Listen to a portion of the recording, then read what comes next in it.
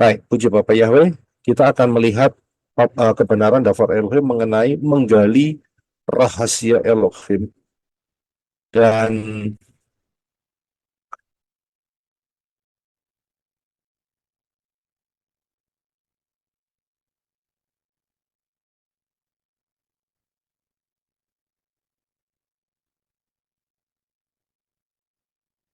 dan ini merupakan time travel session yang ke-17. Ya, time travel session ke-17, kejadian pembahasan mengenai kejadian Fatsal yang ke-15 mengenai menggali rahasia ilahi. Ya, dan seperti biasa untuk dapat memahami daftar Elohim, kita harus kembali ke akar pola Ibrani yang benar dengan sudut pandang yang benar pula. Ini sangat penting sekali, yaitu sudut pandang setelah kematian dan kebangkitan Yeshua. Disitulah kita akan mendapatkan kekayaan, dan di luarnya kita hanya bisa melihat satu pengajaran yang acak-acakan, potong kanan, potong kiri, dipaksakan. Itulah yang terjadi. Ingat juga di dalam tangan saudara ada Tanak dan Brit Gadasa. Ya, dan di dalam Tanak Brit Gadasa, istilah di luar itu adalah perjanjian lama dan perjanjian baru. Itu sudah ada ayat-ayat, kode-kode, ya, yang bercerita mengenai penciptaan dari Shamayim atau sorga sampai nantinya di Yerusalem yang baru ataupun di tempat yang satu, yaitu lautan api yang kekal. Itu sudah ada, sudah lengkap. Tinggal saudara dan saya minta pimpinan Ruah Yahweh Elohim menempatkan ayat-ayat itu di posisi yang benar, ya, di posisi yang benar.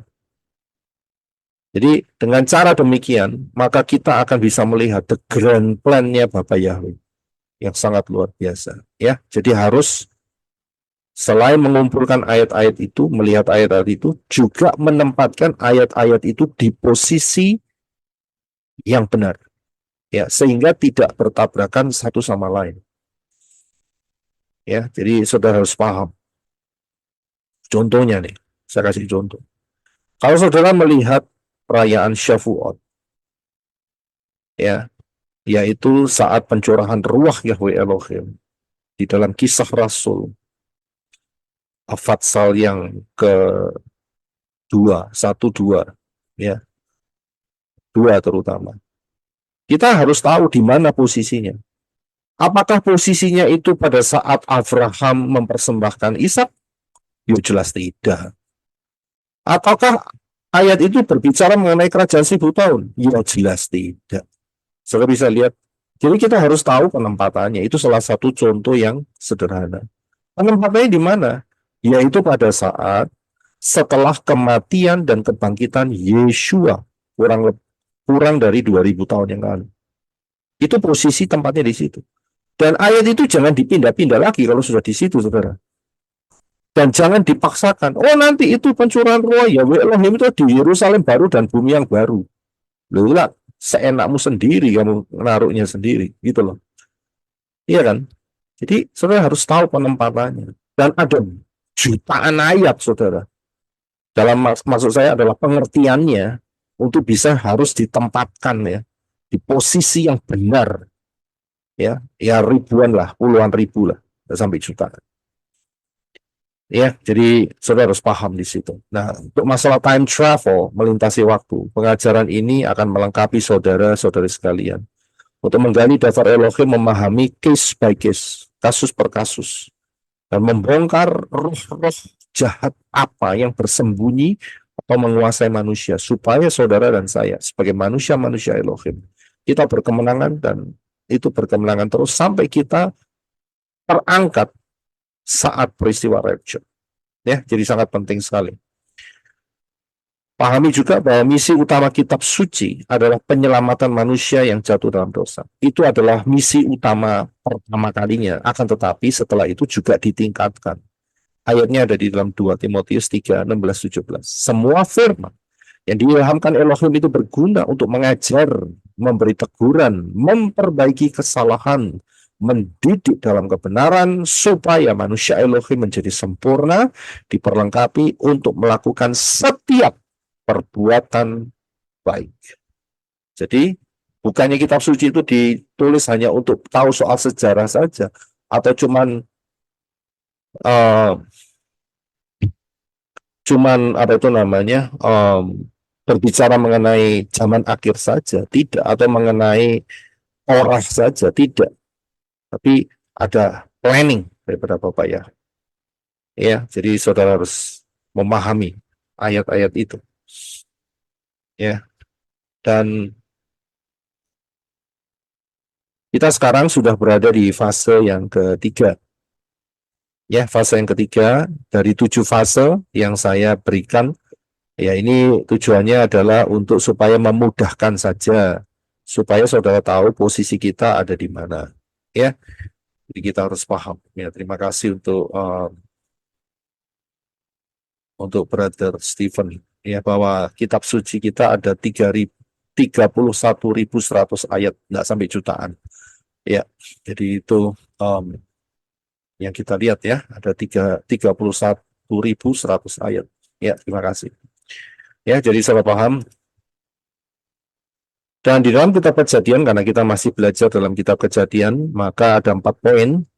Ya, ada beberapa yang sudah kita tinggalkan, seperti mengetahui mengapa kita berada di bumi sekarang ini, mengetahui Bapak Yahweh membenahi bumi, mengetahui permulaan peradaban manusia, dan kita lebih banyak sekali di nomor yang 4, yaitu mengetahui asal-usul umat pilihan Bapak Yahweh, yaitu bangsa Yisrael. Ya, pahami juga, jangan pernah lupa bahwa penulisan kitab Kejadian atau Bereshit ya itu ditulis oleh Moshe atas perintah Bapak Yahweh karena didikte oleh Bapak Yahweh. Ya, jadi setiap peristiwa itu didikte oleh Bapak Yahweh kepada Moshe, dan Moshe membukukannya dalam bentuk gulungan, ya, dalam bentuk gulungan. Saat itu belum ada buku, saudara, apalagi hard disk atau flash disk itu ya belum ada, ya. Jadi kita harus paham. Baik, kita akan masuk di dalam pembahasan menggali rahasia ilahi. Ya, bagian yang pertama. Kita akan lihat ayat-ayatnya, yaitu di dalam Kejadian pasal 15 ayat 1 sampai 21. Silakan Brother Enoch untuk mulai membaca. Terima kasih. Kejadian 15 ayat 1. Kemudian datanglah firman Yahweh kepada Abram melalui sebuah penglihatan. Janganlah takut Abram, akulah perisai bagimu, upahmu sangat berlimpah-limpah. 2. Abram berkata, ya Tuhan Yahweh, apa yang akan engkau berikan kepadaku sedangkan aku tidak mempunyai anak? Dan yang akan menjadi ahli waris di rumahku ialah Eliezer, orang Damsyik itu. 3. Abram berkata, engkau tidak memberikan keturunan kepadaku, seorang anak laki-laki yang lahir dari rumahku yang menjadi ahli warisku. 4. Tetapi datanglah firman Yahweh kepadanya, orang ini tidak akan menjadi ahli warismu, melainkan anak laki-laki, anak kandungmu sendiri, ia yang akan menjadi ahli warismu. 5. Dia membawanya keluar dan berfirman, lihatlah ke langit dan hitunglah bintang-bintang itu jika engkau dapat menghitungnya. Dia berfirman kepadanya, demikianlah kelak banyaknya keturunanmu. 6. Lalu percayalah Abram kepada Yahweh, dan hal itu diperhitungkan kepadanya sebagai kebenaran. 7. Dia berfirman, akulah Yahweh yang membawa engkau keluar dari Ur Kasdim untuk memberikan negeri ini kepadamu untuk mewarisinya. 8. Ia menjawab, ya Tuhan Yahweh, dengan cara bagaimana aku akan mengetahui bahwa aku akan mewarisinya? 9. Dia berfirman kepadanya, ambillah bagiku seekor lembu betina berusia 3 tahun, dan seekor kambing betina berusia 3 tahun, dan seekor domba jantan berusia 3 tahun, dan seekor burung tekukur, dan seekor anak burung merpati. 10. Dan ia mengambil semuanya itu baginya, dan membelah di tengah-tengahnya menjadi 2, lalu ia meletakkan bagian yang satu berhadapan dengan yang lain, tetapi ia tidak membelah burung-burung. 11. Maka datanglah burung-burung pemangsa hingga pada daging binatang-binatang itu, dan Abram segera mengusirnya. 12. Ketika matahari mulai terbenam, Maka Abram mengalami rasa kantuk dan sungguh rasa takut terhadap kegelapan yang dahsyat meliputi Abram. 13. Dia berfirman kepada Abram, ketahuilah dengan sungguh-sungguh bahwa keturunanmu akan menjadi pengembara di negeri yang bukan kepunyaannya. Dan mereka akan melayani bangsa itu, dan bangsa itu akan memperbudak mereka selama 400 tahun. 14.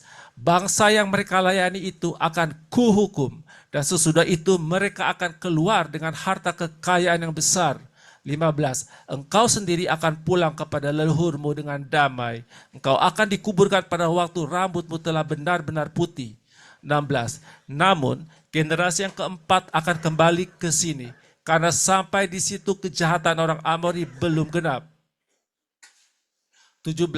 Saat matahari telah terbenam dan hari telah menjadi gelap, tampaklah sebuah perapian yang berasap dan sebuah suluh yang berapi melintas di antara potongan-potongan daging itu. 18. Pada hari itulah Yahweh telah membuat sebuah perjanjian dengan Abram dengan berfirman, Aku telah memberikan negeri ini kepada keturunanmu, mulai dari sungai Mesir sampai ke sungai besar, yakni sungai Efrat. 19. Tanah orang Keni dan orang Kenis dan orang Kadmon. 20. Dan orang Het dan orang Feris dan orang Refraim.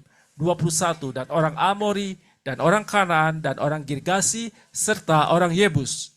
Ya, terima kasih. Jadi inilah pembacaan kita mengenai kejadian Fatsal yang ke-15 dan peristiwa-peristiwanya. Kita akan mulai terlebih dahulu dari satu peristiwa di mana saat itu Abram belum punya anak. Ya, belum punya anak. Dan tiba-tiba firman Yahweh itu datang kepada Abram di dalam sebuah penglihatan. Jadi kalau dilihat dalam penglihatan, itu berarti saat itu Abram tidak dalam posisi tidur. Karena penglihatan adalah melihat sesuatu dalam posisi terjaga. Ya, dan dikatakan oleh Bapa Yahweh bahwa jangan takut Abram, akulah perisaimu. Bagimu upahmu sangat berlimpah-limpah. Tapi Abram berkata kepada Elohim Yahweh, ya Tuhan Yahweh, apa yang engkau berikan kepadaku? Saya bisa lihat, mengapa? Karena Abram itu kaya raya, saudara. Luar biasa kekayaannya. Kita sudah tahu dari cerita sebelumnya bahwa Abram itu sudah punya 300, paling tidak nih, paling tidak 318 orang yang sanggup berperang. Itu nggak main-main, saudara. Ini bukan satu keluarga kecil begitu saja ya. Isinya cuma 4 orang, tidak. Ini satu, kalau saya boleh bilang, ini satu kampung, saudara. Saya bisa lihat 300 orang sanggup berperang. Itu baru laki-lakinya doang, saudara. Belum istrinya, belum anaknya, belum mungkin ada orang parents-nya, orang tuanya. Saya bisa lihat. Jadi kalau anggaplah itu dikali 4, di sekitar Avram saat itu ada sekitar 1.000 orang. Wah. Saya nggak tahu satu RT atau satu RW itu berapa orang. Siapa yang di sini jadi RT atau RW? Ya, di Amerika nggak ada RT, nggak ada RW. Ya, di Indonesia ada rukun tetangga, rukun warga. Ada 1.000 orang di sekitar Avram. Dan dia berkata, aku punya semuanya ini, dengan kata lain ya, dengan kata lain. Aku punya semuanya ini, tapi aku nggak punya anak. Begitu, saudara. Ya, jadi yang akan menjadi ahli warisku adalah Eliezer. Nah, orang Eliezer itu ternyata orang Damsyik. Nah, kalau kita lihat Eliezer, ya, itu artinya adalah God is help. Elohim adalah penolong. Nah, kalau saudara kepingin tahu, saudara lihat pengajaran di yang sudah saya bahas, yaitu mengenai fiancé, ya, atau tunangan. Saudara lihat di sana, kita sudah belajar mengenai itu. Ya, jadi nanti mengenai fiancé ini kita sudah lewatkan saja, ya, karena kita sudah bahas. Tapi kalau saudara ingin tahu Eliezer, itu selalu lihat di pengajaran ini, ya. Jadi ini satu hal yang, satu picture, satu gambaran yang sangat luar biasa sekali ya, untuk Eliezer. Ya, jadi Eliezer itu dibagi menjadi 2, ya. El itu ada Elohim God, ya, dan kemudian sisanya adalah penolong. Ya, jadi saudara bisa lihat saja di situ. Nah, apa kata Bapak Yahweh bahwa orang ini tidak akan menjadi ahli waris daripada hidupmu, daripada kekayaanmu, daripada apa yang kau dapatkan. Tetapi anakmu sendiri yang akan menjadi ahli waris. Ya, kita sudah baca ayatnya itu.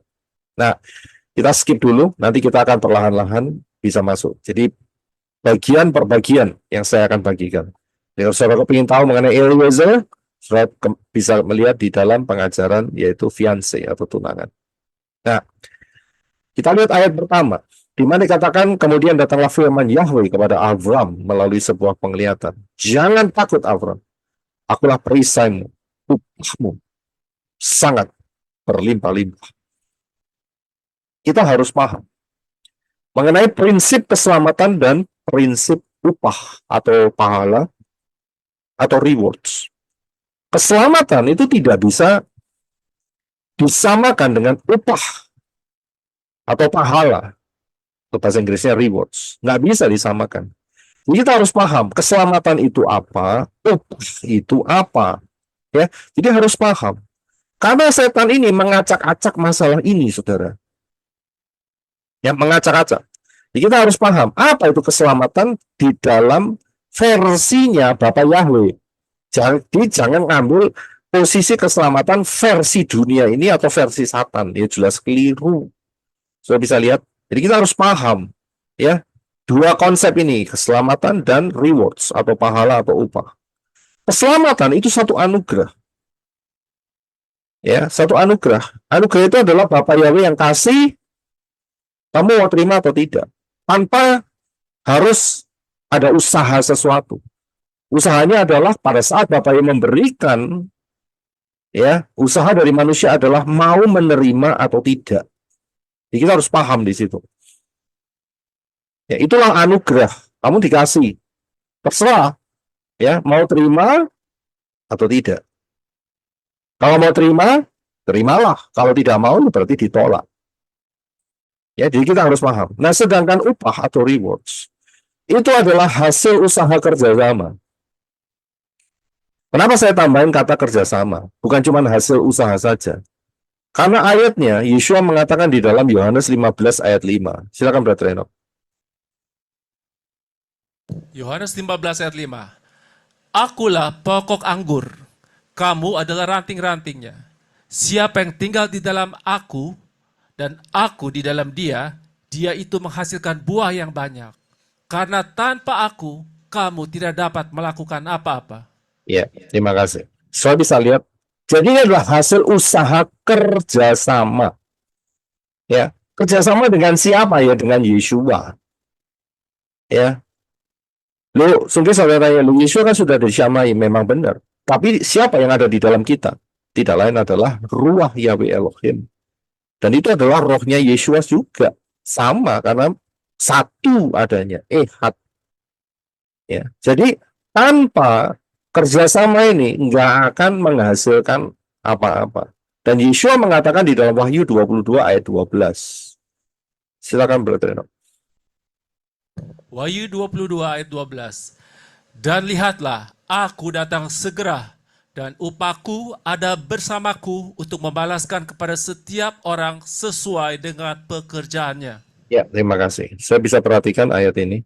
Jadi ini bukan berbicara mengenai keselamatan. Kalau kita bicara mengenai upah atau pahala, ya, itu adalah hasil usaha kerjasama antara saudara dan saya berserta dengan Ruah Yahweh Elohim.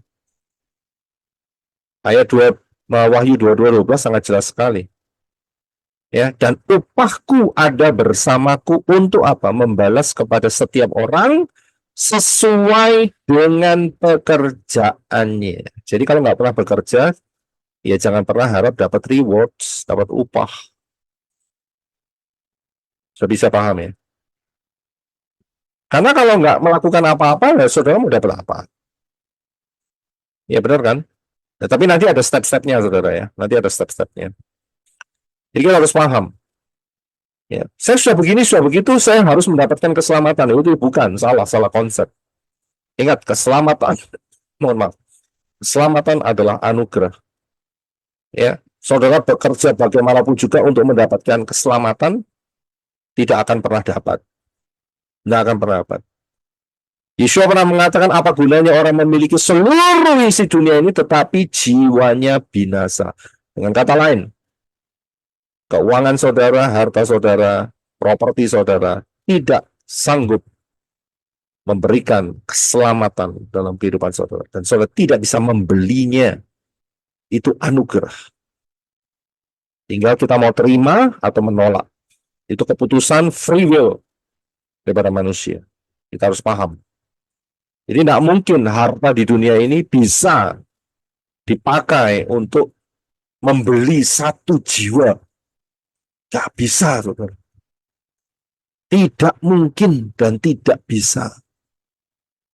Untuk bisa transfer satu manusia masuk ke Syamayim berdasarkan pakai duit, pakai uang, pakai emas, pakai harta benda, pakai properti, pakai saham, pakai apapun juga.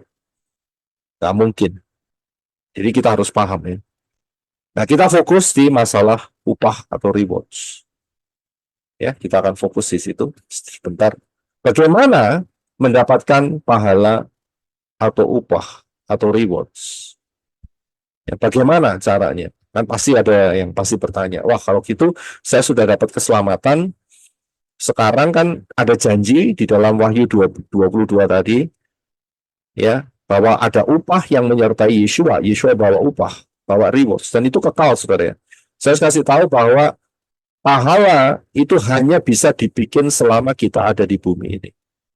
Saat nanti kita rapture, stop, berhenti. Kita nggak bisa bikin pahala di Syamayim. Nggak bisa. Hanya bisa dibikin di bumi. Ya, di Syamayim kita hanya bisa menerima dan kita bisa enjoy, menikmatinya untuk waktu yang tak terhingga. Tidak bisa tambah, tidak bisa kurang. Ya, nggak bisa ditambahin. Ya segitu, saudara. Nah, kalau mau nambah ya sekarang. Ya. Tetapi untuk mendapatkan pahala, untuk upah rewards, itu harus ada step-stepnya. Ya, stepnya apa? Dan saudara mau coba satu aja mau kasih jawaban. Stepnya apa untuk dapat rewards atau usaha atau upah maksud saya? Stepnya apa? Rajin, Pak. Kerja. Rajin akan kebenaran. Ya, terima kasih jawabannya. Saudara untuk mendapatkan pahala atau upah atau rewards, saudara harus masuk pintu dulu. Ya, bukan soal rajinnya dulu. Kalau jalannya salah, ya tidak akan pernah masuk. Masuk pintu yang benar dulu, saudara. Saudara bisa lihat. Nah, kalau pintunya salah, ya salah tujuannya. Destinasinya juga salah. Harus masuk di pintu yang benar, yaitu Yeshua. Saudara bisa lihat. Yeshua berkata, akulah pintu. Ya, jadi dari hal ini kita harus lihat step-step langkahnya. Bukan kerajinan saudara, bukan usaha saudara. Masuk dulu dalam pintu keselamatannya itu dulu. Ya, dan baru setelah itu, mulailah pada langkah selanjutnya. Berulang-ulang saya katakan, proses. Hidup ini adalah proses. Proses berikutnya, untuk menguji apakah dia mau tetap di dalam jalur pintu itu, yaitu Yeshua. Lihat saja, orang itu mau dibaptis atau tidak di dalam nama Yahweh, di dalam nama Yeshua HaMashiach, dan di dalam roh Yahweh Elohim. Mau tidak? Kalau tidak mau, otomatis dia keluar pintu. Untuk urusan pahala, ya, forget it. Lupakan saja. Dan namanya tidak mau ngikutin kok. Oh, mau minta pahala atau upah. Oh, pintunya saja salah masuk. Saya bisa lihat. Forget it. Lupakan saja. Jangan pernah ngimpi dapat pahala atau rewards kalau pintunya salah. Saya bisa lihat. Ingat. Life is a process. Ya, bagaimanapun juga nanti sampai kita terangkat dalam rapture, detik-detik sebelum terangkat itu masih dalam bentuk proses. Tapi setelah rapture selesai prosesnya. Ya, selesai prosesnya. Disitulah nanti tertulis di dalam Mazmur 126. Orang yang menabur membawa segenggam benih, menabur dengan cucuran air mata akan pulang dengan sorak-sorai. Ya, sekarang belum, nanti.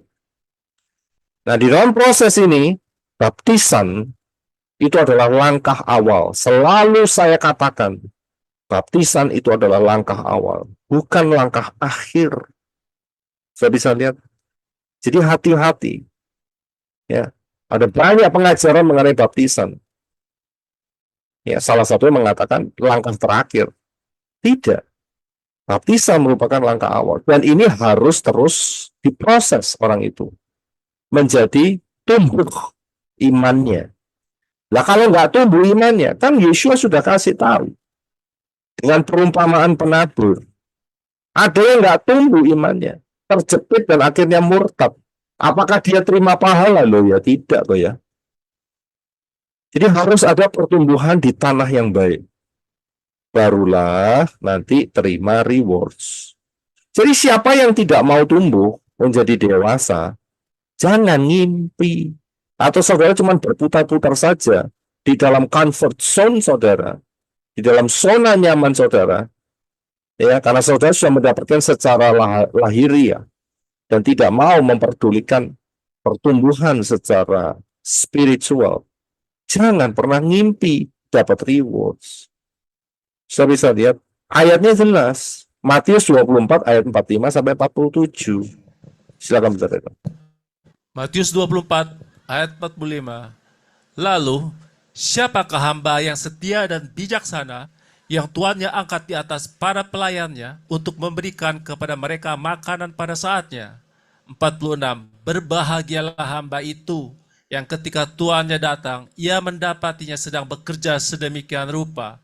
47. Sesungguhnya aku berkata kepadamu, bahwa Tuhan itu akan menempatkan dia di atas semua yang menjadi miliknya. Ya, terima kasih. Saudara harus punya konsep bahwa pertumbuhan spiritual growth atau pertumbuhan secara spiritual itu tidak sama dengan seperti pertumbuhan secara fisik. Pertumbuhan secara fisik itu orang harus membutuhkan paling tidak 20-25 tahun menjadi dewasa. Paling tidak ya, ini hanya average. Tetapi dalam pertumbuhan spiritual growth, saudara bisa lakukan dalam 6 bulan. Hati saudara buat humble, posisi netral, belajar banyak firman dengan posisi pola yang benar, dengan sudut pandang yang benar, saudara terima kebenaran dan saudara praktekkan, tumbuh. Jadi saya jangan berpikir, wah, spiritual growth atau pertumbuhan spiritual itu makan waktu yang lama. Tidak. Tidak, saudara. Ya. Saudara bisa dalam waktu 1 tahun, saudara jadi dewasa. Saudara betul-betul bisa dipercaya seperti hamba yang digambarkan oleh Yesua. Setia dan bijaksana. Untuk masuk menjadi setia dan bijaksana itu merupakan satu kriteria kedewasaan. Anak-anak nggak bisa setia. Anak-anak itu sifatnya adalah hanya main-main doang. Lompat kanan, lompat kiri, main-main. Nggak ada kebijaksanaan. Dan tidak bisa dikasih tanggung jawab, saudara. Bukankah di Matius ini salah satu ya, ini salah satu ayat. Ya, salah satu, masih ada yang lain. Di ayat ini mengatakan bahwa ya, lalu siapakah hamba yang setia dan bijaksana yang tuannya angkat atas para pelayannya. Jadi diangkat. Nah mungkin anak-anak diangkat. Kalau konsep pikiran saudara masih kanak-kanak, saya harus ngomong, konsep ini akan terlewatkan. Saudara nggak akan dapat pahala, nggak akan dapat upah. Saudara bisa lihat. Dan dikatakan 46, berbahagialah hamba itu yang ketika tuannya datang, ia mendapati sedang bekerja. Anak-anak mana bekerja? Mainan. Sedemikian rupa. Memperhatikan apa yang menjadi tanggung jawabnya. Kita bisa lihat. Dan sesungguhnya aku berkata kepadamu, Tuhan itu akan menempatkan dia di atas semua yang menjadi miliknya. Saya bisa lihat, dipercayakan. Kanak-kanak tidak bisa dipercaya. Saya bisa lihat, salah bicara, tersinggung, dan akhirnya undur. Itu jelas kanak-kanak. Nggak bisa dipercaya, lebih luar biasa lagi di dalam Bapak Yahweh. Muter-muter urusannya perpuluhan doang terus. Kritik aja masalah itu. Jelas orang itu tidak bisa dipercaya. Sudah bisa lihat. Ada banyak hal. Ya, menjadi kanak-kanak rohani. Ada banyak sifat-sifatnya. Tetapi di dalam pertumbuhan, dan ini sangat ditekankan oleh Rabi Saul juga. Manusia kedagingan itu kanak-kanak. Ya, kanak-kanak. Saudara terikat dengan sesuatu hal, addiction, itu kanak-kanak, saudara. Ya, itu kanak-kanak. Pola pikir saudara kanak-kanak. Gak bisa dipercaya. Dan jangan pernah mimpi dapat pahala atau upah atau rewards. Ya. Dan juga ada prinsip lain untuk bisa dapat pahala atau upah. Saya berikan saja, yaitu di dalam Matius 13 ayat 44 sampai 46. Silakan saudara.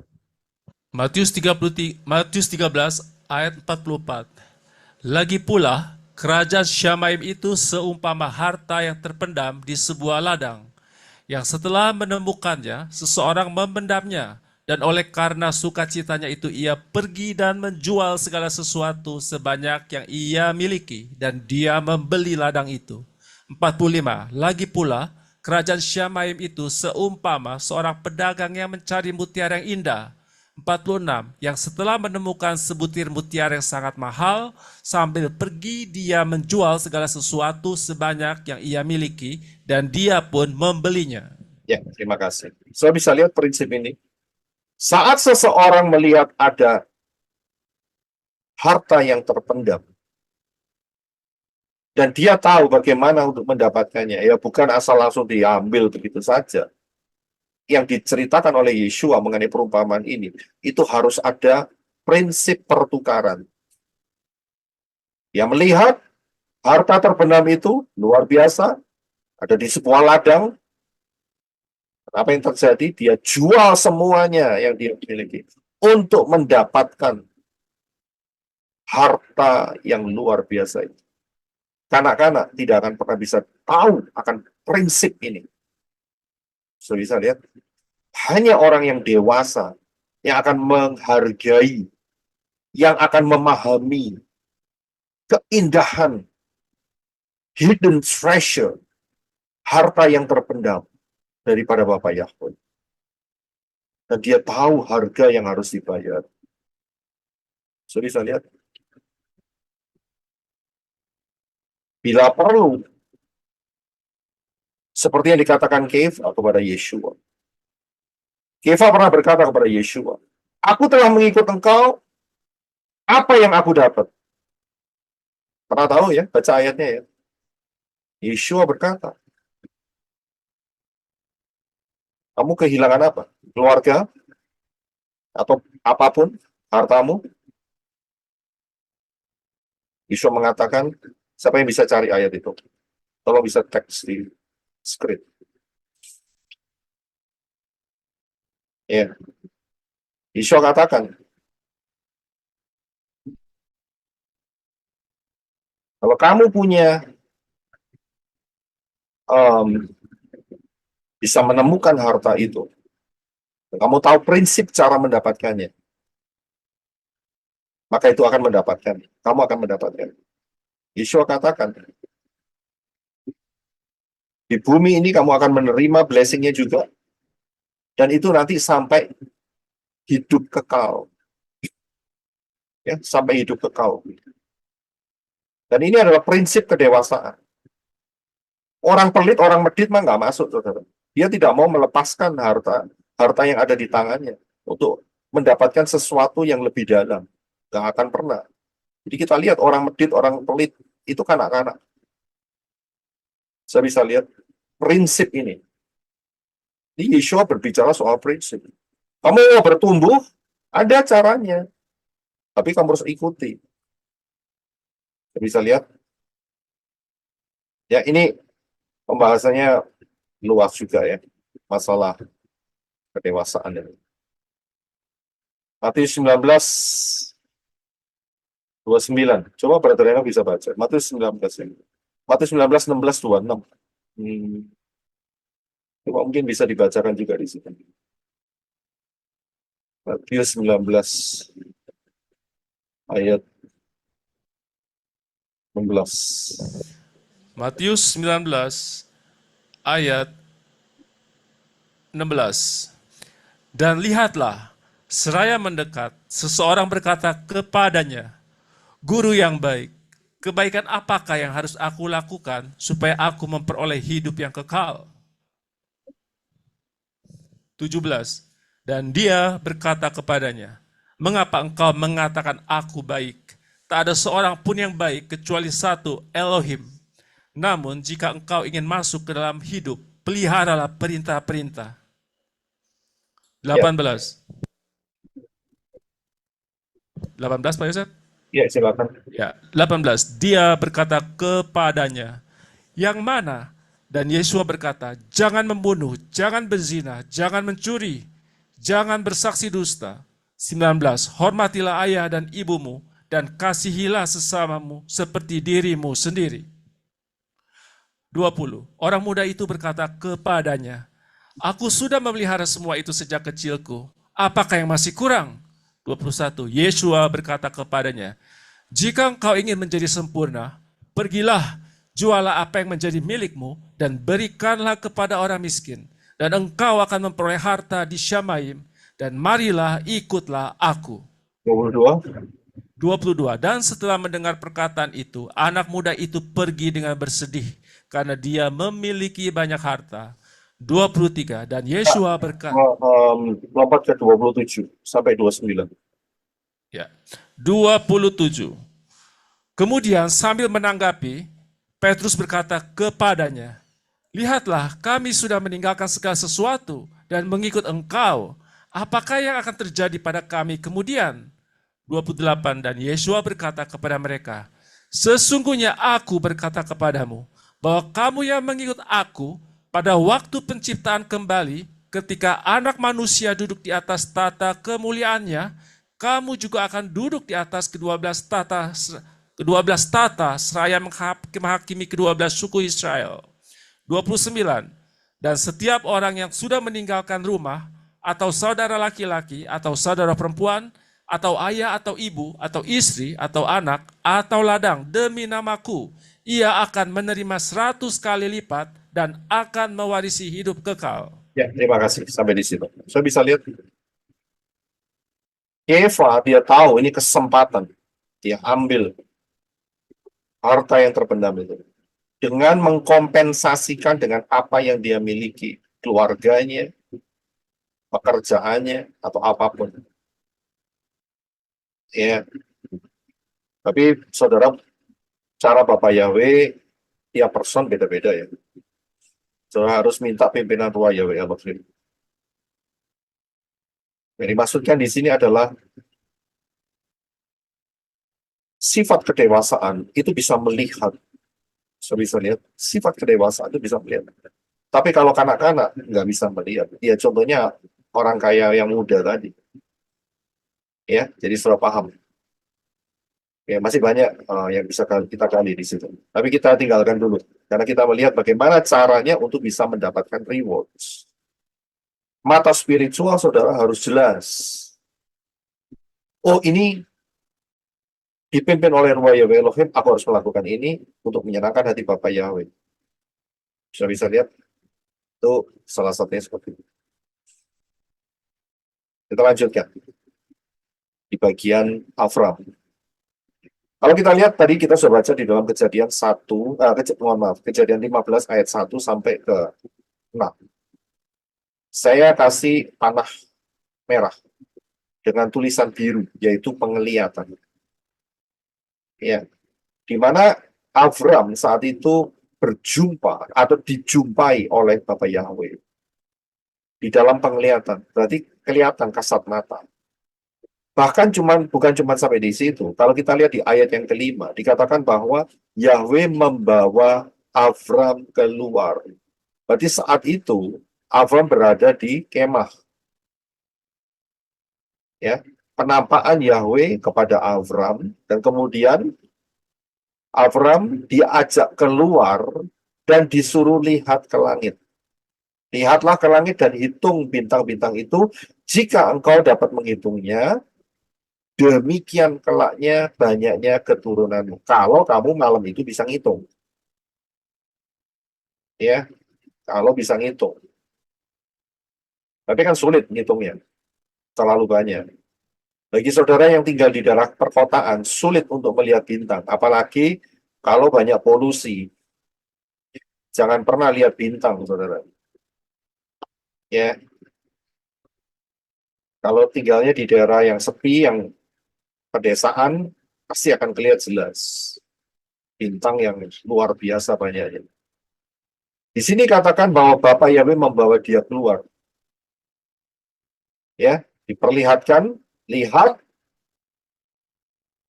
ya, lihat seperti bintang-bintang itu, maka demikianlah nantinya keturunanmu. Ya, keturunanmu kayak gitu. Cuman dikasih begitu saja. Nah, ayat 6 itu penting sekali. Mengapa? Karena kita lihat respon daripada Avram.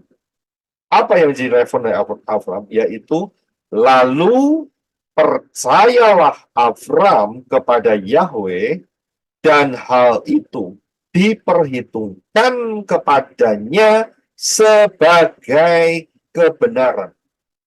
Ini ayat penting sekali, saudara.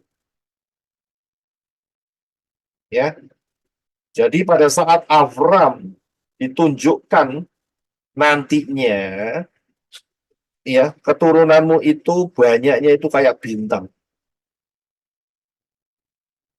Dan saat ditunjukkan, Avram percaya kepada Yahweh. Ingat ya, ini dari sisi Bapak Yahweh cerita kepada Moshe. Kita tidak boleh keluar konteks dari situ. Dan berdasarkan kepercayaan Avram kepada Yahweh, yaitu perkataannya Yahweh, yang berkata bahwa lihat bintang, sebegitu banyaknya, coba kamu hitung, kalau kamu dapat menghitungnya, maka kelak keturunanmu banyaknya akan seperti itu. Nah, karena percaya kepada Yahweh, akan perkataan Yahweh itu, maka hal itu diperhitungkan Yahweh kepada Avram sebagai kebenaran. Saya bisa lihat, sebagai kebenaran. Dia cuma percaya apa yang dikatakan oleh Yahweh, belum melihat bukti. Belum lihat, anaknya belum lahir. Oh, jelas tadi ayatnya di atas kan. Yang dikatakan bahwa hambaku Eliezer akan mewarisi. Berarti kan dia belum punya anak, saudara. Jelas belum punya anak. Ya. Tapi dia udah percaya terlebih dahulu akan apa yang dijanjikan Bapak Yahweh. Dan itu sudah cukup Bapak Yahweh untuk menyatakan kamu benar. Luar biasa kan? Belum sunat loh ini. Belum sunat. Tapi sudah dibenarkan. Nah, ini saya harus masuk sedikit. Ya, urusan sunat nanti 2 minggu lagi. Ya, ingat loh, namanya Avram loh. Belum jadi Avraham. Belum. Ya, belum. Masih 2 fatsal lagi kalau nggak salah. Namanya tetap Avram. Dan belum disunat. Sudah bisa lihat? Nah, coba saudara lihat persamaannya. Yaitu di dalam peristiwa Nehustan. Kalau saudara tahu Nehustan, ya ini peristiwanya. Bilangan 21 ayat 4 sampai 9. Silakan berarti. Bilangan 21 ayat 4. Dan mereka berangkat dari Gunung Hor ke arah Laut Suf untuk mengelilingi tanah Edom. Dan jiwa bangsa itu menciut di perjalanan. 5. Dan berkata-katalah bangsa itu melawan Elohim dan melawan Moshe. Mengapa engkau membawa kami dari Mesir untuk mati di padang gurun ini? Karena tidak ada roti dan tidak ada air, dan jiwa kami jemu pada roti yang memuakan ini. 6. Dan Yahweh mengirimkan ular-ular tedung ke antara bangsa itu, dan mereka memagut orang-orang itu, dan banyak orang dari bangsa Israel mati. 7. Dan datanglah bangsa itu kepada Moshe dan berkata, kami telah berdosa, karena kami telah berkata-kata melawan Yahweh dan melawan engkau. Berdoalah kepada Yahweh, dan biarlah dia menyingkirkan ular-ular ini dari kami. Dan Moshe berdoa demi bangsa itu. 8. Dan berfirmanlah Yahweh kepada Moshe, buatlah bagimu seekor ular tedung, dan taruhlah dia pada sebuah tiang, dan akan terjadi setiap orang yang dipagut, tetapi dia melihat hal itu, maka dia akan hidup. 9. Dan Moshe membuat sebuah ular tembaga dan menaruhnya pada sebuah tiang. Dan terjadilah ketika ular itu memagut seseorang, lalu ia memandang ular tembaga itu, maka dia hidup. Terima kasih. Saya bisa lihat satu prinsip yang sama dengan apa yang dilakukan oleh Avram. Dia percaya akan apa yang dikatakan oleh Yahweh, bahwa keturunannya akan seperti bintang di langit. Dan itu sudah cukup bagi Elohim Yahweh untuk menyatakan kamu benar. Saya bisa lihat aplikasinya ada di salah satu cerita ini. Yaitu saat-saat itu orang Israel bersungut-sungut ya. Dan kemudian Elohim Yahweh melepas ular-ular tedung dan mereka menggigit. Tapi di satu sisi Elohim Yahweh memberikan jalan keluar buat ular tembaga, Nehustan. Dan siapapun yang melihat, cuma lihat loh, racunnya hilang. Kalau dipikir dalam pikiran otak manusia, mana mungkin? Cuma melihat bisa transfer racun, mana mungkin? Tapi bagi yang percaya, bagi yang melihat, sembuh. Saya bisa lihat, hidup, sembuh, racunnya hilang. Tapi bagi orang yang mengatakan mana mungkin hanya dengan melihat, aku bisa tetap hidup, mati dia, karena tidak mau lihat. Saya bisa lihat, ini satu persamaan. Ya, Avram percaya akan apa yang dikatakan Yahweh. Orang-orang Israel percaya dengan apa yang dikatakan Moshe. Lihat, ayo lihat. Bapak Yahweh, Elohim Yahweh telah menginstruksikan. Siapa yang kena gigit ular? Lihat. Cuma lihat loh. Mungkin ada yang mencoba mengintip. Hidup. Karena sudah melihat. Saya bisa lihat.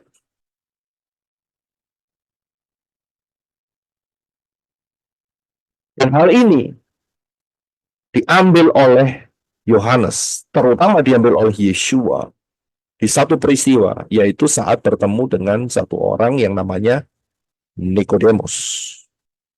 Yohanes 3 ayat 14 sampai 18. Silakan beliau. Yohanes 3 ayat 14. Dan sama seperti Moshe meninggikan ular di padang gurun, demikian pula lah seharusnya anak manusia ditinggikan. 15. Supaya setiap orang yang percaya kepadanya tidak binasa, tetapi memperoleh hidup yang kekal. 16. Sebab Elohim demikian mengasihi dunia ini, sehingga dia mengaruniakan putranya yang tunggal, supaya setiap orang yang percaya kepadanya tidak akan binasa, melainkan dapat memperoleh hidup kekal. 17. Sebab Elohim mengutus putranya ke dunia, tidak untuk menghakimi dunia, sebaliknya supaya dunia dapat diselamatkan olehnya. 18. Siapa yang percaya kepadanya tidak dihukum, tetapi siapa yang tidak percaya dia sudah dihukum, karena dia tidak percaya kepada nama Putra Tunggal Elohim. Ya, terima kasih. Saya bisa lihat supaya yang diselamatkan adalah dunia, bukan cuma orang Yahudi. Ayat 17. Sebaliknya supaya dunia dapat diselamatkan olehnya. Lah kalau posisinya berjalan dengan orang Yahudi dan tidak disunat, selamat tidak? Selamat tidak?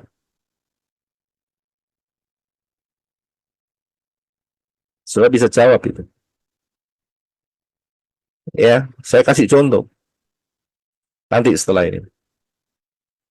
Peristiwa ini diidentikan. Siapa yang melihat Yeshua diselamatkan.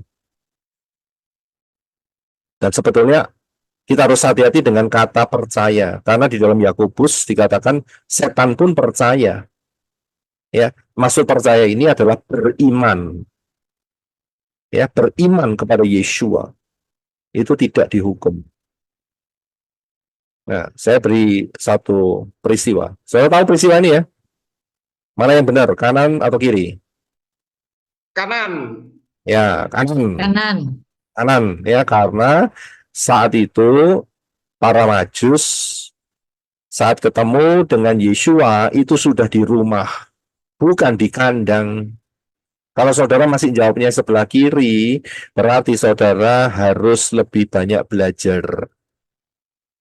Ya, karena yang di kiri itu adalah kartu yang dibikin oleh dunia. Tetapi yang di sebelah kanan adalah penjelasan real daripada firman Elohim.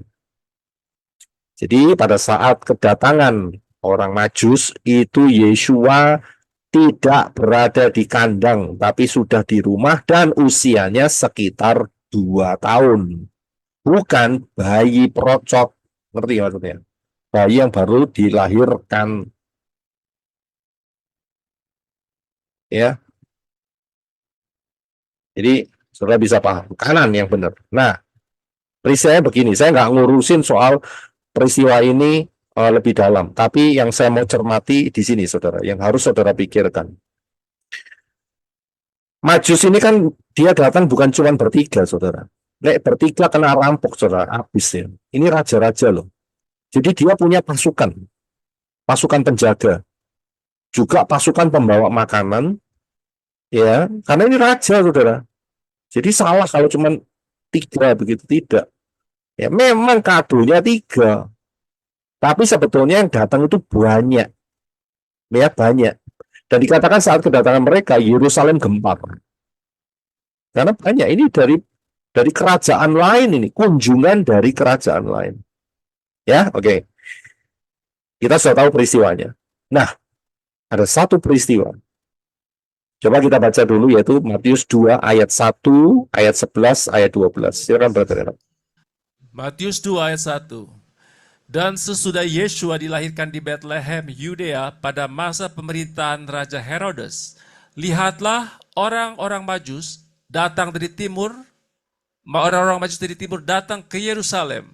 11. Dan setelah tiba di rumah itu, mereka mendapati anak itu bersama Miriam, ibunya, dan sambil bersujud mereka menyembah dia, yaitu Yeshua, dan seraya membuka barang-barang berharganya. Mereka mempersembahkan kepadanya persembahan emas, kemenyan, dan mur.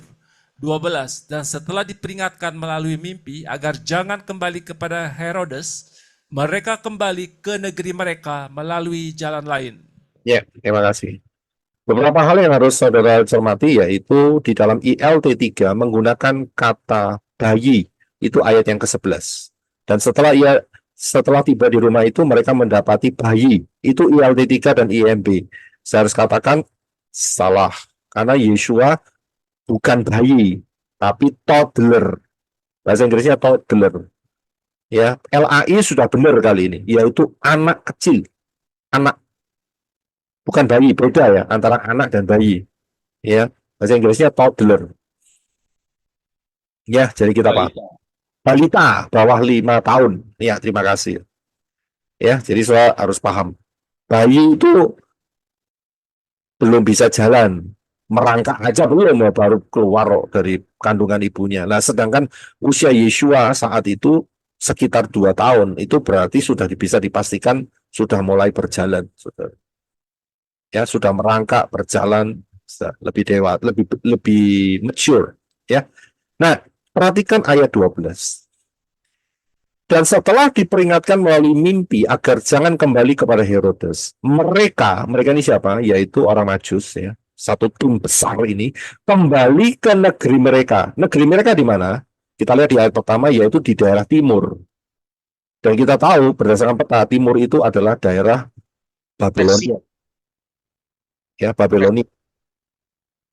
Ya. Dan kemudian dikatakan mereka kembali ke negeri mereka melalui jalan yang lain. Nah, pertanyaannya di sini, saudara. Ya, karena itu saat saudara baca firman, kalau saudara mau tumbuh, saudara boleh bertanya dengan Ruah Yahweh Elohim, mengapa kok begini, mengapa kok begitu? Ya, dan Ruah Yahweh Elohim akan nuntun saudara. Pertanyaannya begini, apakah mereka yang tinggal di timur, yaitu di kerajaan orang-orang Majus, diselamatkan saat para Majus menyatakan bahwa Mesias dunia adalah Yeshua? Selamatin enggak? Bisa selamat. Nah, Iya, selamatkan Pak. selamatkan kan? Karena orang Majus ini lihat bintang kok pertamanya. Dan dia ngikutin bintang 2 tahun. Dan ketemu, ya, dikatakan ayat 11, saya sudah taruh Matius 2 ayat 11, ya, dan sambil sujud mereka menyembah Yeshua, mengakui kan, nggak peduli itu rumahnya reot, gak reot, ya kan, nggak peduli. Yang penting orang-orang Majusi paham bahwa ini akan jadi raja nantinya, dan memang itu raja, ya. Dan kita bisa lihat dari persembahan-persembahannya. Nah, mereka pasti tanya, namanya siapa? Pasti dong. Dan Miriam, Yosef, pasti ngomong. Namanya adalah Isa gitu, ya ngawur ceritanya. Ya tau Yesus gitu, ya keliru dong. Ya, karena ini orang Ibrani, namanya Yeshua. Ya kan? Jadi, di dalam pikiran orang-orang Majus ini namanya adalah Yod Shin Waw Ayin, Yeshua. Nah, dibawalah nama itu sama mereka kembali ke timur, kan dikatakan ayat 12 mereka kembali ke negeri mereka. Berarti kembali ke timur kan 2 tahun lagi, saudara. Jadi mereka nggak ketemu sama keluarganya itu 4 tahun, saudara. Sampai di sana anak-anaknya daripada raja-raja Majus ini, keponakan-keponakannya, hamba-hambanya, hanya apa yang kamu dapat selama kamu meninggalkan kita 4 tahun. Dan mereka mengatakan, kita sudah melihat Mesias, raja itu. Namanya siapa? Mereka pasti akan ngomong, namanya Yeshua. Nah, mereka yang mendengar pemberitaan ini, setiap malam mereka selalu mengingat, ada yang bawa ke negeriku, yaitu orang Majus, namanya Yeshua. Aku percaya sama dia. Selamat tidak? Berdasarkan Yohanes 3:16, selamat, saudara. Saya bisa lihat? Ya. Saya bisa lihat bagaimana keselamatan itu sebetulnya tidak sulit dan tidak rumit. Jelas kan? Dengan menggunakan analogi saat Nehustan. Siapa yang melihat, dia tetap hidup. Prosesnya gimana nggak ngerti. Pokoknya yang percaya. Persis sama seperti Avram. Dan dia percaya kepada Yahweh yang telah berfirman, nanti keturunanku bakal banyak seperti bintang. Dan Yahweh melihat itu sebagai kebenaran. Saya bisa lihat di sini. Luar biasa enggak kasihnya Bapak Yahweh sama manusia.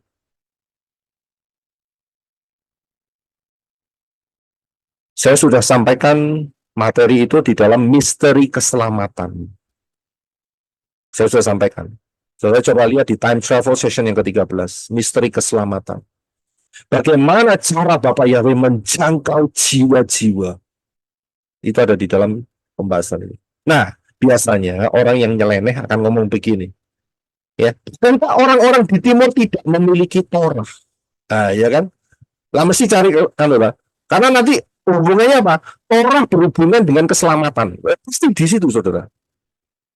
Pikiran orang yang lainnya selalu di sana, saudara. Bukankah orang-orang di timur nggak ngerti Torah?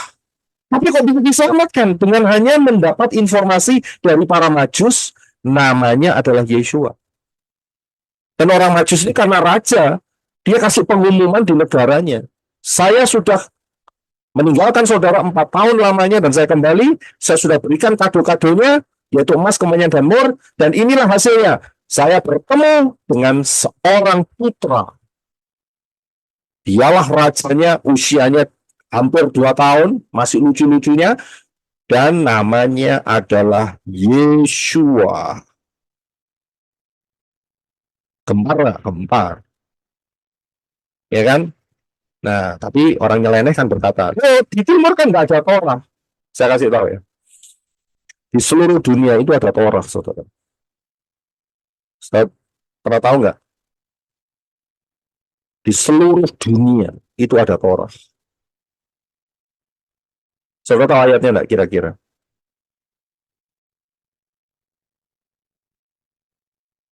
Nggak tahu? Baik, saya akan kasih tahu.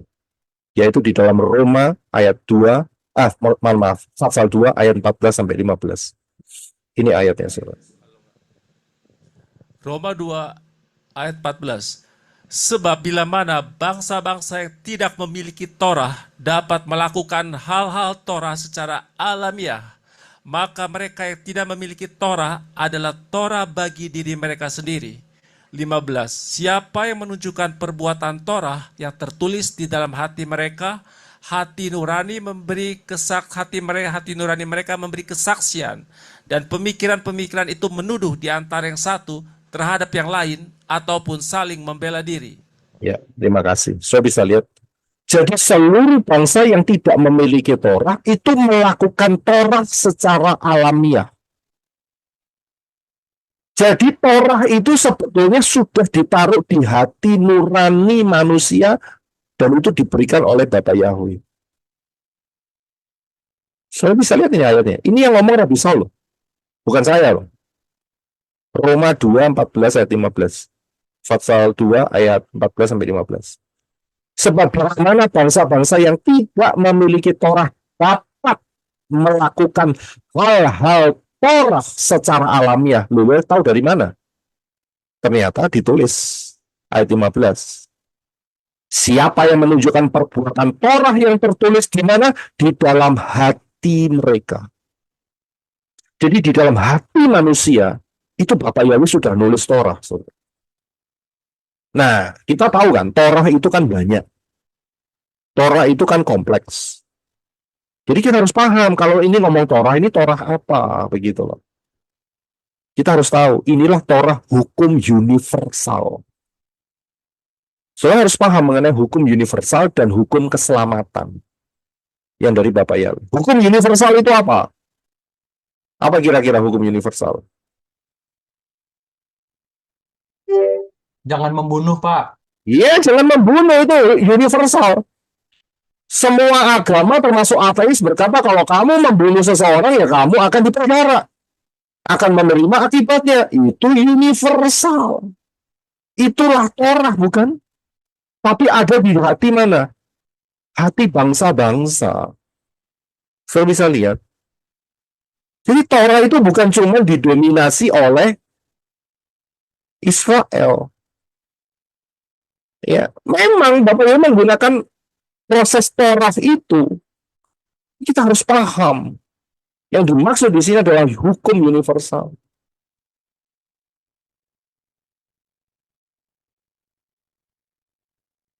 Jangan kamu mengingini barang orang lain. Hormati ayah dan ibumu, Pak. Itu juga. Saya bisa lihat.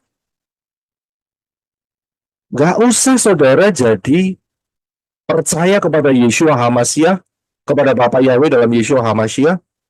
Orang-orang percaya kepada ilah-ilah lain melakukan hal yang sama dengan kita. Sama. Sama. Inilah hukum universal. Nah, masalahnya kan kita bukan cuma ada di fokus hukum universal, tapi kita ada di dalam hukum keselamatan. Nah, ini dia kelebihannya. Kalau hukum universal itu mengatakan jangan, begitu. Ya, dan ini tidak berlaku untuk orang Jawa. Karena saudara jangan berpikir jangan asem, jangan lodeh, ya. jangan pete. Itu bukan, maksudnya bukan itu ya. Ini maksudnya jangan membunuh, jangan berzina, jangan banyak ya. Saudara tahu sendiri hukum universal. Tetapi dalam hukum keselamatan, ini yang Bapak Yahweh mau, yaitu tetap membangun mezbah. Itu kan sudah saya ajarkan di dalam keselamatan itu, misteri keselamatan. Membangun mezbah. Dan ini berujung kepada Yeshua HaMashiach. Saya bisa lihat di sini keindahan bagaimana cara Bapak Yahweh menjangkau bangsa-bangsa. Ya. Nah, problem terutama adalah setan itu tidak tinggal diam. Setan itu tricky. Setan itu punya siasat jahat. Yaitu dengan menggunakan hukum universal dijadikan standar untuk keselamatan. Sering saudara dengar, kalau perbuatannya baik, lebih berat, lebih banyak baiknya daripada jahatnya, maka akan masuk surga. Iya gitu kan. Ini setan, kita bisa lihat, dihubungkan antara hukum universal dengan hukum keselamatan. Kalau kamu terus berbuat baik, ya, maka yang jahat itu lama-lama sedikit, nah, nanti saat kamu mati, ya, kamu masuk surga. Kalau kamu terus berbuat baik, nanti kamu akan reinkarnasi dari manusia, dosanya sedikit jadi sapi. Ya, nanti kalau sudah jadi sapi, sapinya baik, jadi kambing. Kambingnya jadi jahat, jadi kecoa, diinjak mati. Ini triknya setan. Mencampur adukkan antara hukum universal dengan hukum keselamatannya Bapak Yahweh. Satanik. Ya, jadi kita harus paham mengenai hal ini. Mana yang benar kalau begitu? Yang benar adalah yang dari Daftar Elohim. Daftar Elohim menyatakan ini, saudara. Matius 3 ayat 8. Silakan, Dr. Reno. Matius 3 ayat 8. Oleh karena itu, hasilkanlah buah-buah yang sepadan dengan pertobatan. Iya, kemudian 2 Timotius 3, 16, 17. 2 Timotius 3 ayat 16 dan 17. Semua firman yang diilhamkan Elohim itu berguna untuk mengajar, memberi teguran, memperbaiki kesalahan, dan mendidik dalam kebenaran, supaya manusia Elohim menjadi sempurna, diperlengkapi untuk melakukan setiap perbuatan baik. Iya, terima kasih. Jadi yang benar adalah masuk dulu dalam pintu keselamatan, dan kemudian hidupnya baru diproses, ditingkatkan, diubah, diperbaiki, dididik, kemudian diperlengkapi untuk setiap perbuatan baik. Itu yang benar, bukan dibalik. Kalau kamu banyak berbuat baiknya, ya, banyak mendapat didikan dengan baik, maka dosamu mengecil dan kamu akan diselamatkan. Itu dibalik, itu tipu daya setan. Ya, jadi kita harus benar hasilkan buah-buah yang sepadan dengan pertobatan. Pertobatannya dulu, baru setelah itu menghasilkan buah-buah. Jangan dibalik, menghasilkan buah nanti ya diterima di sorga, di Syamayim, keliru. Ya, jadi kita harus paham akan prinsip ini. Nah, masalahnya sekarang adalah kita ini di dalam masa yang kritikal. Ya, masa kritikal. Kalau tadi saya ceritakan bahwa orang-orang Majus itu membawa nama Yeshua, dan kemudian mereka berpakan di timur, diselamatkan tidak bagi yang beriman? Diselamatkan, saudara. Ya. Nah, tapi problemnya kan dari situ. Dunia ini kan bergerak terus. Dunia bergerak terus dan kita masuk di critical time. Hari ini, Kisah Para Rasul 3:21 menyatakan ada saat pemulihan segala sesuatu. Silakan dibaca, Buat Reno. Terima kasih. Kisah Para Rasul 3 ayat 21. Yeshua harus tinggal di Syamayim sampai tiba saat pemulihan segala sesuatu, seperti yang telah dikatakan Elohim melalui para nabinya yang kudus pada zaman dahulu. Ya, terima kasih. Jadi sekarang Posisi kita di 2024 ya tidak bisa disamakan saat posisi orang Majus. Ya, karena posisi sekarang ini adalah posisi pemulihan segala sesuatu. Nggak bisa disamakan. Standarnya itu sudah beda. Kita terkoneksi satu sama lain dengan satu kecanggihan yang luar biasa, internet. Informasi itu ada di tangan saudara dan saya, di hadapan saudara dan saya. Tinggal bayar pulsa, begitu saja. Tinggal langganan. Kita dapat ini semua. Jadi ini masa kritikal. Kalau seorang mau mencoba untuk mundur, ya nggak mungkin. Ya, karena kita sudah masuk di masa ini. Ya, di masa ini kita sudah diperlihatkan jelas mengenai agama hybrid, duo hybrid, mengenai Yeshua versus Yesus, mau pilih mana. Saya bisa lihat pengajaran-pengajaran itu. Ini nggak bisa mundur lagi, karena kita posisinya 2024. Mau pilih mana, Yahweh atau Allah? Saudara yang menentukan. Kita sudah tahu kebenarannya, Yahweh dari mana, Allah dari mana. Saya bisa lihat. Jadi kita nggak rancu lagi, karena sudah jelas, kita sudah melampaui waktu ratusan ribuan tahun, dan informasinya lengkap. Disinilah kita harus memilih, mau pilih mana. Saudara mau menyembah nama Yahweh, atau mau menyembah nama Allah. Ya, itu pilihan di tangan saudara. Silahkan kalau saudara mau menyembah Allah, ya terserah saudara. Tapi saudara harus ingat, konsekuensi saudara tanggung sendiri. Begitu. Siapa yang pilih Yahweh, ada konsekuensinya. Siapa yang pilih Allah, juga ada konsekuensinya. Iya dong. Namanya pilihan kok. Mau pilih mana? Yeshua HaMashiach 15 Tisri lahirnya saat Sukkot, atau Yesus Kristus 25 Desember. Ya, karena apa? Karena informasi ini sudah ada di depan saudara, tinggal saudara pilih. Ya, tinggal saudara pilih. Saudara mau kembali di tahun 1850. Ada yang mau nggak?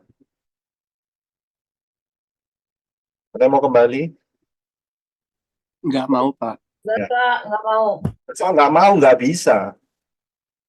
Nggak bisa, sudah.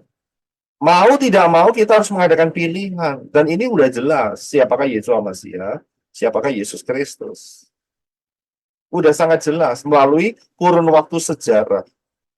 Tapi coba saya pikirkan, seandainya nih, seandainya kita lihat satu fase, yaitu 18. Mohon maaf, sebelum masuk di situ, kita harus tahu bahwa prinsip alam roh, jika menolak kebenaran otomatis menerima roh dusta. Ya, maka kesempatan bisa hilang. Jadi hati-hati. Yang sekarang membuka hati untuk roh dusta, ya udah keselamatan bisa hilang, so. Otomatis. Tapi siapa yang menerima kebenaran, ya ada kesempatan untuk saudara diselamatkan. Saya nggak bilang saudara sudah diselamatkan, belum, karena harus melalui proses, ya melalui proses. Coba saya pikir, seandainya kita pikirkan di tahun 1863, ya 1863. Coba ya, jika hidup di tahun 1863. Matius 12 ayat 21 itu berbunyi seperti demikian, saudara. Terjemahan Baba. Dan Isa masuk ke Ka'bah Allah dan halaukan semua orang yang jual beli dalam Ka'bah itu beserta serta balikkan meja-meja yang meniaga tukar uang dan kerusi orang yang jual burung pomba. Dan kalau kita lihat di dalam terjemahan KL 1863, habis begitu Yesus masuk ke dalam Ka'bah Allah dan mengusir segala orang yang berjual beli dalam Ka'bah. Dan dia membalikkan mejanya tukang tukar dan kursinya orang yang jual burung dara. Terjemahan KL 1870. Maka masuklah Isa ke dalam rumah Allah, lalu dihalaunya segala orang yang berjual beli di dalam rumah itu. Dibalikkannya segala meja, orang menukar uang, dan segala apa ini? Kuda-kuda orang yang berjual burung merpati. Kalau saudara pikir orang yang hidup dalam 1863 dan 1870, mereka tidak akan dibebankan dengan apa yang kita dapatkan sekarang di tahun 2024. Mereka selamat nggak? Jika mereka mempercayai firman ini. Tahun 1863 dan 1870. Selamat nggak? Selamat, Pak. Selamat, Pak. Selamat. Ya, Selamat. selamat mereka. Saya bisa lihat karena fase ini adalah fasenya mereka. Kalau hal ini ya dipakaikan tahun 2024, jika tahun 2024 kan kita menggunakan terjemahan Bapa KL 1863 dan KL 1870 yang dikatakan bahwa Isa masuk ke Aba Allah, ya, Yesus masuk ke Aba Allah, Isa ke dalam rumah Allah. Pemakaian 2024, ya kita tahu tidak mungkin diselamatkan. Karena kita sudah tahu siapa itu Allah, siapa itu Isa, siapa itu Yesus. Saya bisa lihat. Ya, jadi kita nggak bisa mundur. Pembukaan yang sudah terbuka tidak bisa ditarik mundur. Tapi bagi mereka yang saat itu tahun 1863, 1870, ya memang isinya di situ. Nggak ada pengenalan 7 hari raya, emang nggak ada saat itu. Ya, nggak ada. Yang ada ya Isa, Yesus, Ka'bah Allah, rumah Allah. Ya. Assalamualaikum, itu masih ada di sana. Tapi tahun kita ya nggak bisa dipakai lagi. Ya. Jadi dari sini kita harus bisa melihat bagaimana progres Bapak Yahweh untuk menjangkau jiwa-jiwa. Dan tahun-tahun kita ini adalah tahun-tahun di mana pemulihan segala sesuatu. Jadi itu dinyatakan dengan luar biasa. Ya, Yeshua mengatakan saat pemulihan segala sesuatu. Dan ini adalah kritikal sekali. Ya, jadi iman Avram kepada Yahweh. Saya bacakan sekali lagi. Kejadian 15 ayat 6. Lalu percayalah Avram kepada Yahweh, dan hal itu diperhitungkan kepada Avram sebagai kebenaran. Posisi ini diambil oleh Rabi Saul. Rabi Saul dengan satu penjelasan yang sangat luar biasa, yaitu di dalam Roma 14 ayat 11-12. Silakan Brother Reno. Roma 4 ayat 11.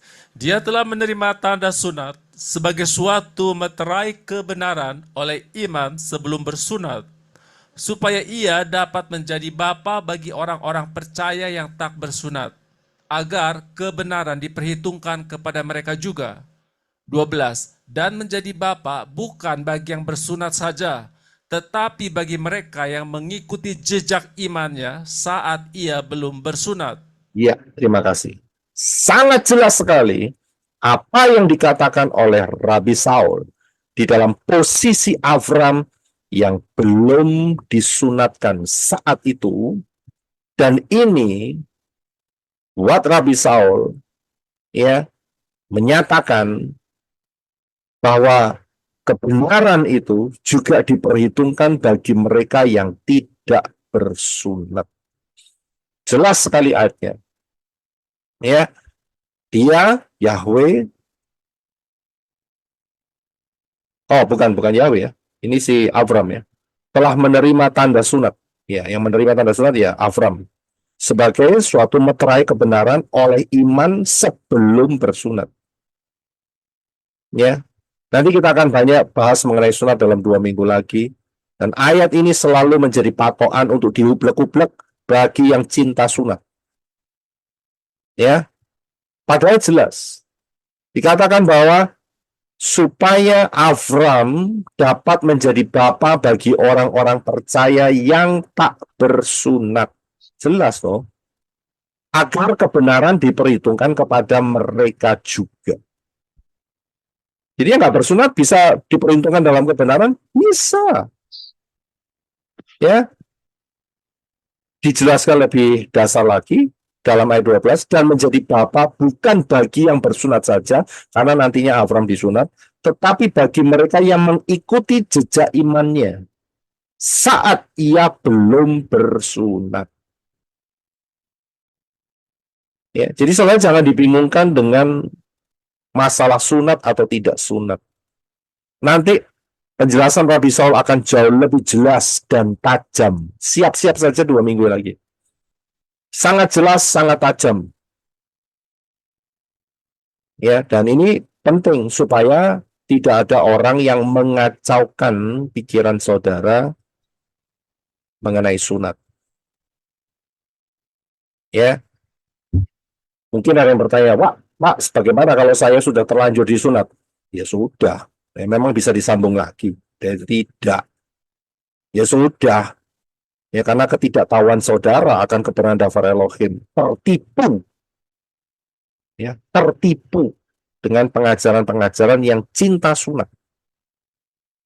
Ya, saya tidak perpanjang. Besok kita akan lanjutkan di dalam Kejadian pasal yang ke-15 ini.